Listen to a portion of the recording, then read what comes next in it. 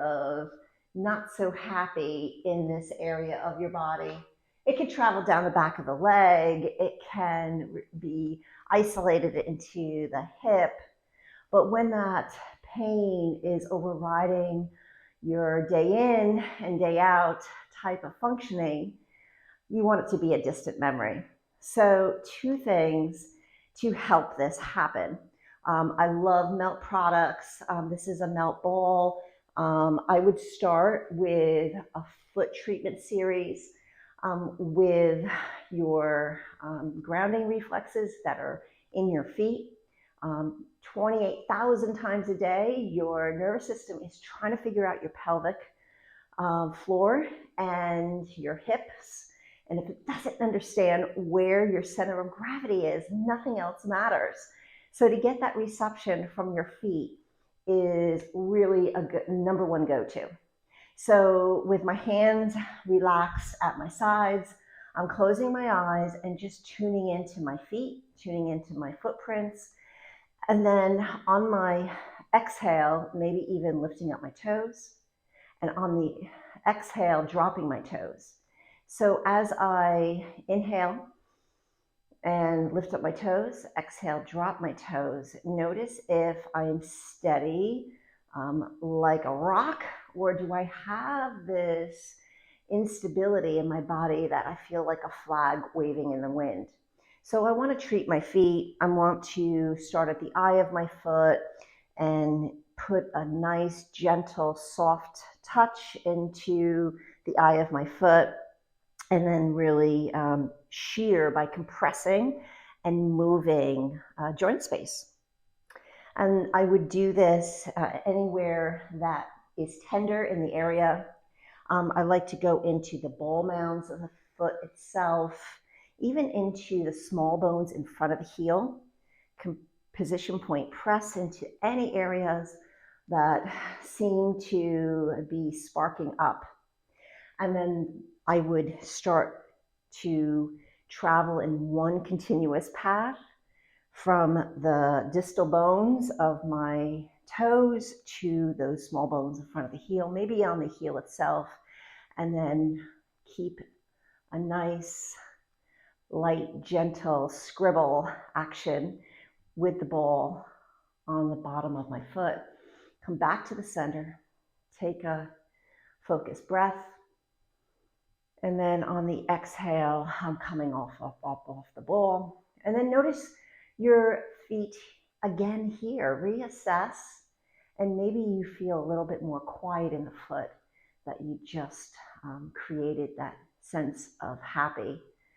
Reassess by lifting up the toes. Exhale, drop your toes, and notice if you're a little bit more quieter. I would do this to both feet, maybe even two for the price of one, meaning that the foot or the side of the body that needs a little bit more of a wake-up call to have communication rev it up, I would do that a little bit more. Take good care of that side of your body, because it really needs to have some remapping as to how to get stability back in action into those hips. The second thing I would do is use a soft round roller, nothing hard, nothing aggressive. But if I were to kind of create some invitation of touch to the area that's afflicted directly, maybe even coming onto my forearm, maybe even practicing how my feet could press away and invite my hips to travel down, meaning opening up the hips. And as I press and opening up away, you might even feel some invitation of a stretch happening into those lateral hip rotators.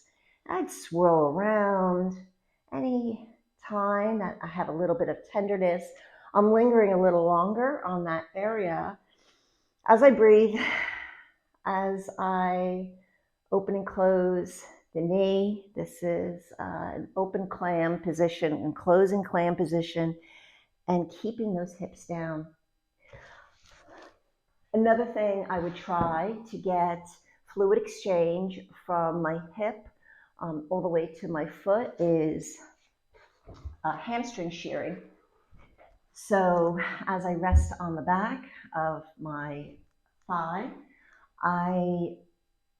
keeping my hips down, I want to challenge the tissue to get some stimulation in there as I move my big toe to narrow, and I'm using the twist of the flesh of the back of the thigh into the roller, and then as I drag it out and dragging it in. This is great to do in shorts, really using direct contact with your skin. I think works a little better. Obviously, I'm in leggings, but taking your time, any areas that you need it, and just not forgetting to breathe. Taking a pause, maybe even into the back of the knee. And then once I can use my opposite foot to kind of create a shear here too. I'm going to feel maybe some alien heads or some tight, taut tissue in my calf, and creating some fluid exchange into the lower portion of my leg too. Sometimes I'll use my opposite leg to create a little bit more compression, but it's not an ironing type of situation. It's more of a, I know that you're there, lingering a little longer on it and moving maybe indirectly into opposite body parts like my ankle. Or maybe it's directly on the area itself. So the last thing I would try to do is create some neurological strength happening into my hips.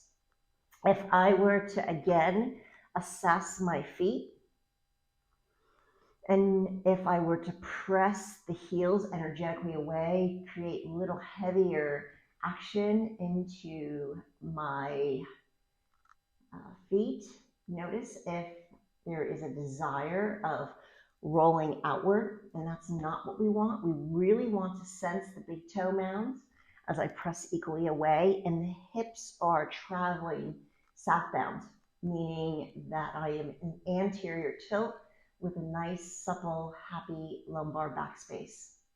And then gently lifting and seeing if I can keep the space underneath the lumbar back, and kind of opening up my chest.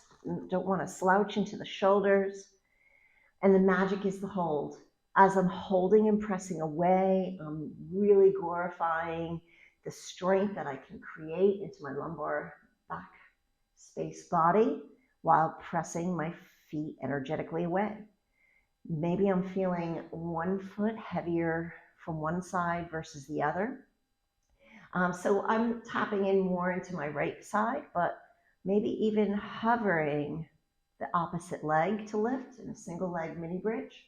And that mini bridge is not hoisting the hips into tucking. It's really creating the lower fibers of glutes as well as upper fibers of hamstrings to do the work.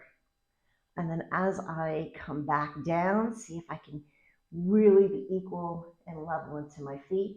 I'm going to try it on both sides until I find where both feet are active and equal and into my press. And I'm feeling this lit up like the 4th of July.